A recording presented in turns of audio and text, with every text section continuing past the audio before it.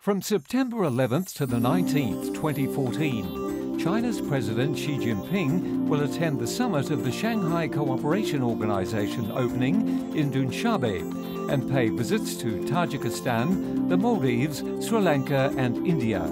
As the last stop of President Xi's visit to Central and South Asia, the visit to India draws special attention. This is President Xi's first visit to India since assuming office.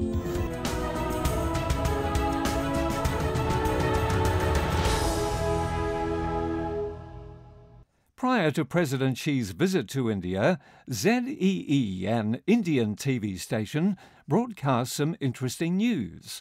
On September 2, 2014, Hita Raman, the Indian Minister of Commerce and Industry, during her visit to China, experienced China's high-speed railway service. She took the 120-kilometre-long Beijing to Tianjin high-speed railway and arrived in Tianjin in only 30 minutes. The following news is even more interesting.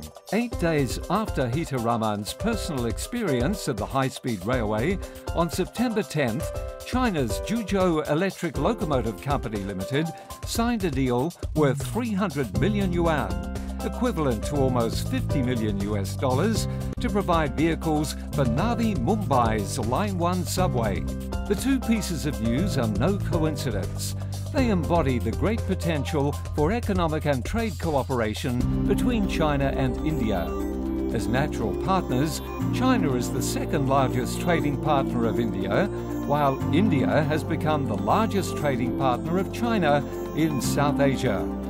In recent years, the two-way trade between China and India skyrocketed from $2.9 billion in 2000 to $65 billion in 2013.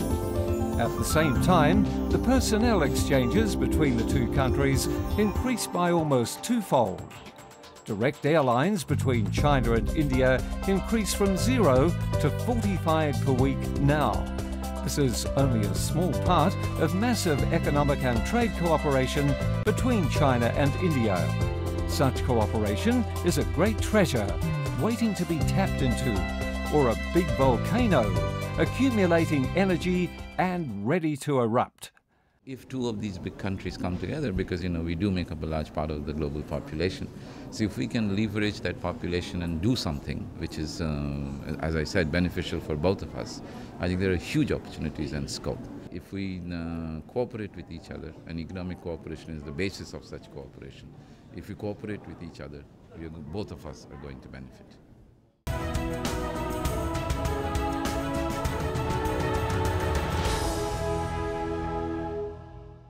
On July 14, 2014, in his meeting with Prime Minister Narendra Modi of India in Brazil, President Xi Jinping said that as the two biggest developing countries and emerging markets, both China and India are in a great historical process of realizing national rejuvenation.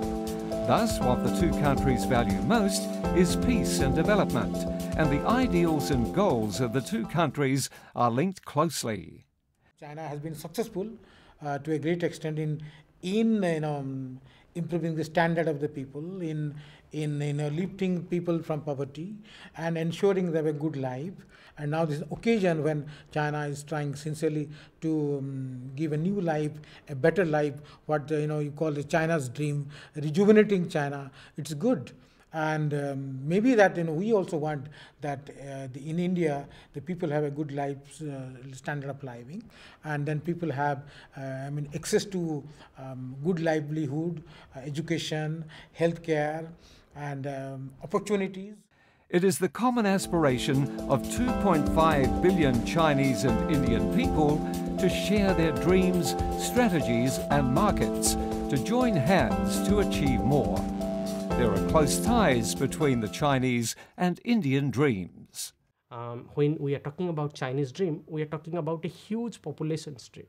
When we are talking about Indian's dream, we are talking about huge population stream. So therefore, when we are talking about Chinese dream, we have to appreciate India's dream also. And where does that dream lies? That dream actually lies in people's living standard, in people's day-to-day life and people's aspirations.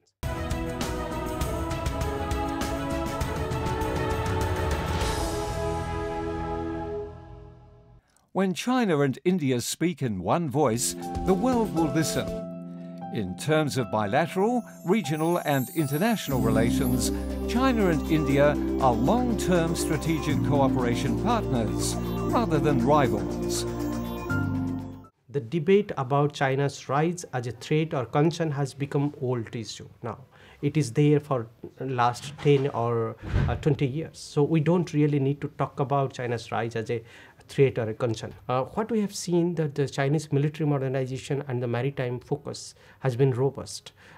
In the last 10 years, the military modernization process has gone up.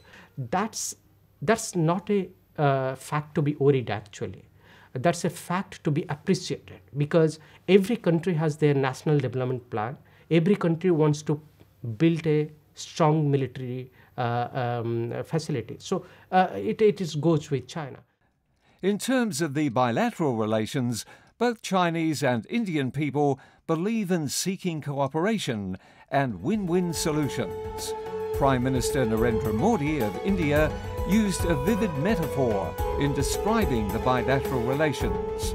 The two nations are actually one mind with two bodies.